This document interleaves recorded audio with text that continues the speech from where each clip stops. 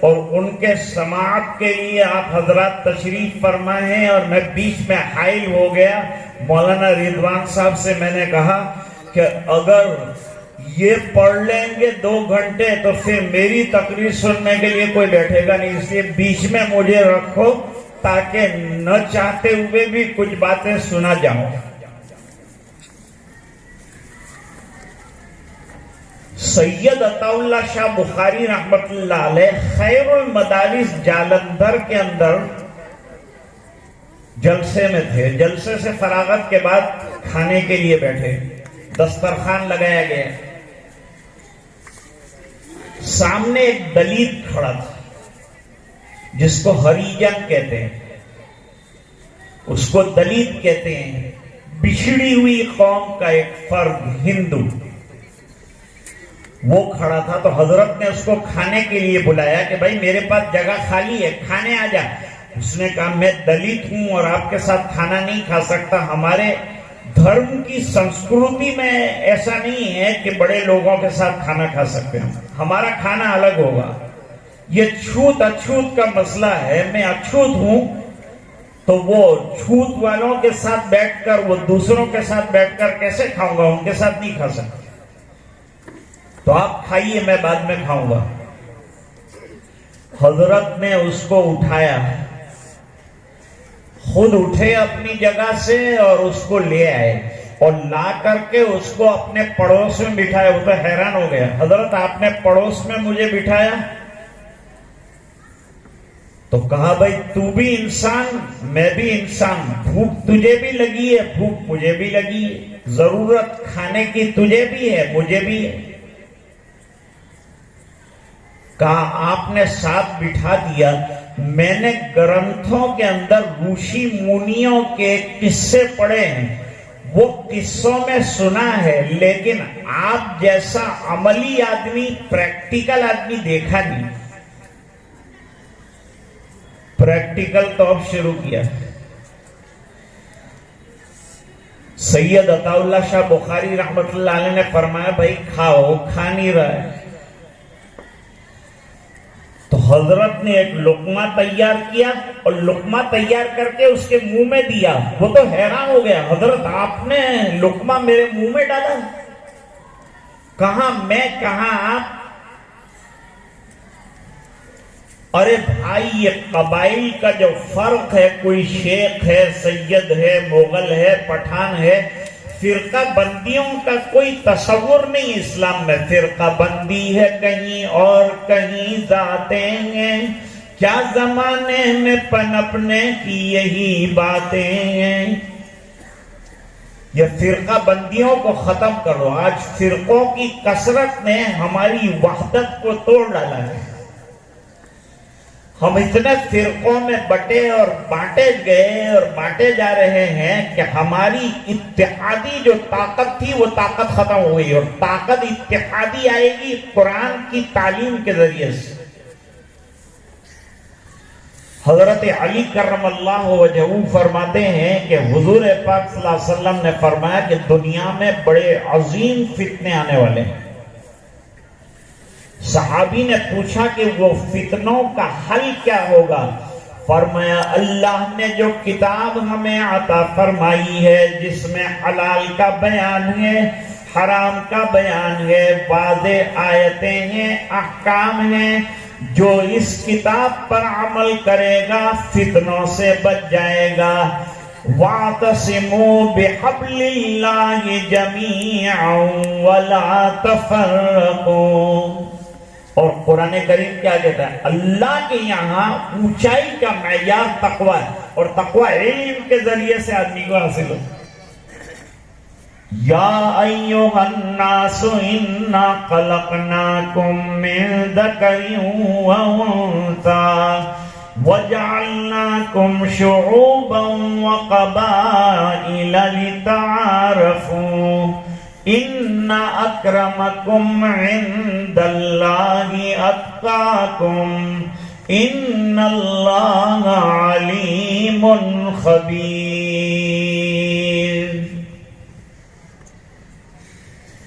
یہ پہچان کے لیے ہے، انٹروڈکشن کے لیے ہے کہ کوئی شیخ ہے، کوئی سید ہے، کوئی فلاں ہے، کوئی فلاں ہے، ورنہ اللہ کے یہاں جو معیار ہے وہ تقوی کا معیار ہے. وہاں جو شرف حاصل ہوگا وہ تقوی کی بنیاد پر حاصل ہوگا. اور تقوی پر لمبی تقریر ہو سکتی ہے، وقت نہیں ہے ابھی، تو حضرت کو سننا ہے اور پروگرام کا کچھ حصہ بھی باقی ہے جو آپ کے سامنے پیش کیا جانا ہے.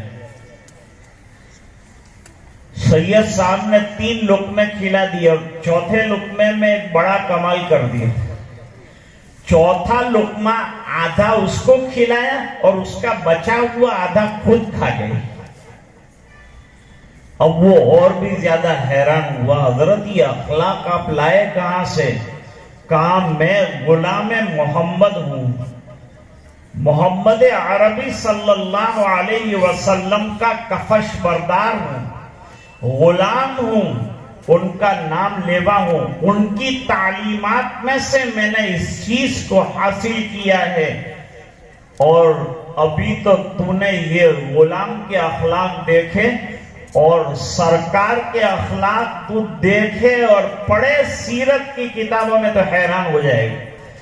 آئے دنیا میں بہت پاک مکرم بن کر، کوئی آیا نہ مگر رحمت عالم بن کر.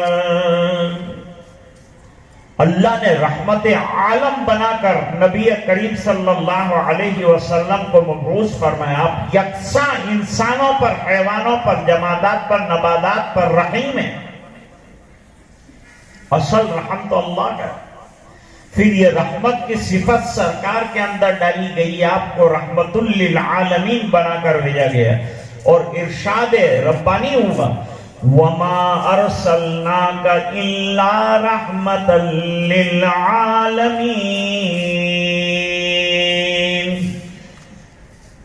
وہ دلیل جو ہے دسترخوان سے اٹھا، قریب کے کسی گاؤں میں اس کا مکان تھا، گھر والے تھے، سب کسی اور مذہب اور مسلک سے تعلق رکھتے تھے، ہندو تھے.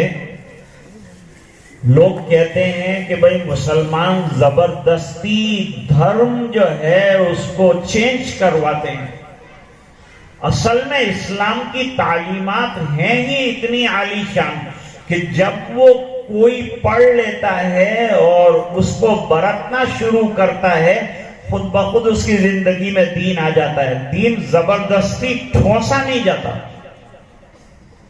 قرآن کریم کا اعلان ہے، لا اکراہ فی الدین قد تبین الرشد من الغی.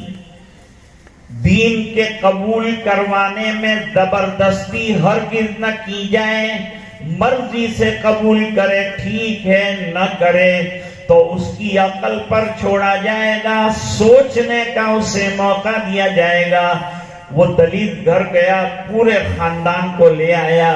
فجر کی نماز کے بعد حضرت کے ہاتھ پر روتے روتے اسلام قبول کیا. بھائی میں نے تو تجھے اسلام قبول کرنے کو کہا نہیں تھا، پھر تو نے کیوں اسلام قبول کیا؟ فرمایا آپ کے اخلاق نے میرے دل کو مسلمان بنا دیا. تو عزیز دوستو اور پیارے طلبہ، اصل چیز اپنی زندگی میں اسلامی اخلاق کو داخل کرنا ہے. اور اسلامی اخلاق اسلامی درسگاہ کے اندر سکھائے جاتے ہیں. یہ درسگاہیں اور یہ مدرسے اخلاق بنانے کی اور انسانیت کا کام کرنے کی جگہ ہے. مردم سازی کے یہ کارخانے ہیں اور انسانیت سازی کا بہترین عمل یہاں انجام دیا جاتا ہے. دنیا پڑھو، آگے بھی بڑھو، ترقی بھی کرو، قدم بڑھاؤ، ترقی کرو ضرور، لیکن رہے رسول کے قدموں پہ سر. خدا کے لیے اصل چیز جو ہے وہ ہماری زندگیوں میں عمل آ جانا چاہیے. جیسے قاری قرآن تجوید کے قاعدے یاد کرتا ہے اور یاد کرنے کے بعد اس کو ایکٹیو کر لیتا ہے، عمل میں لے آتا ہے، تو بے تکلف جو ہے وہ قانون ادا ہوتے چلے جاتے ہیں اور وہ بہترین قرآن پڑھتا چلا جاتا ہے. اس طرح جو پڑھا ہے آپ نے اس کو زندگی میں آ جانا چاہیے، اور اس کو نکھار اگر آپ دینا چاہتے ہیں تو پھر اللہ والوں سے جڑ جاؤ، اللہ کے راستے میں نکلو، اللہ تعالیٰ آپ سے کام لے، قبول فرمائے، علم میں، عمل میں، اخلاق میں، تمام چیزوں میں آگے بڑھائے۔ حضرت مولانا رضوان صاحب دامت برکاتہم العالیہ رات اور دن ابا جان کے مشن کو مکمل کرنے کے پیچھے سعی ہیں، کوشاں ہیں۔ ان کے دوسرے صاحبزادے بھی، یہ پورا خاندان جو ہے ماہتاب و آفتاب کی طرح ہے، اور ہر لمحہ دین کی فکروں کے اندر جڑا ہے۔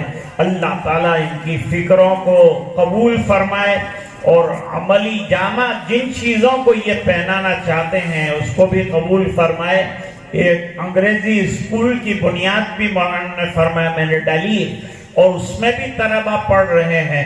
انگریزی پڑھنا منع نہیں ہے، لیکن انگریزیت کا مزاج میں آ جانا خطرناک ہے، تو انگریزی پڑھیں، زبان سیکھیں۔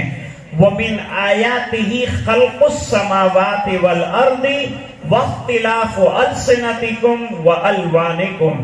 جتنی زبانیں ہیں سب سیکھیے، زبان کے سیکھنے میں، لیکن زبان میں جو تہذیب ہے، جو تہذیب انگریزوں کی، ہم کو وہ نہ چاہیے۔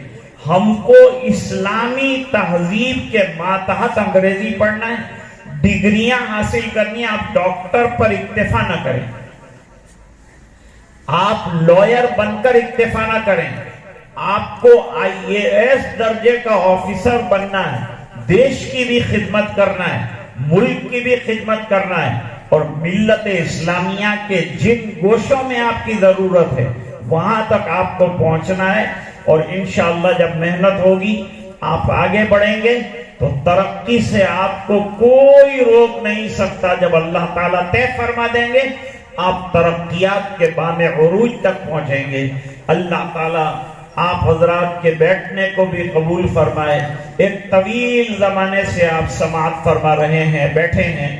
میں اپنی بات کو ختم کرنا چاہتا ہوں، میرے طلبہ کے لیے دعا کرتے ہوئے، ان کے اساتذہ کے لیے دعا کرتے ہوئے کہ اللہ تعالیٰ ان کے استادوں نے انہیں جو علم دیا ہے وہ علم سے کما حق یہ مستفید ہوں اور فائدہ پہنچائیں، خود بھی فائدہ اٹھائیں اور دوسروں کو بھی فائدہ پہنچانے کی کوشش کریں۔